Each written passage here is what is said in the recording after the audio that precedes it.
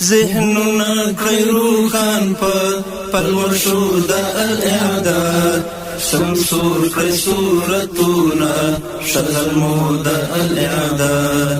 ذهننا کړئ روښان په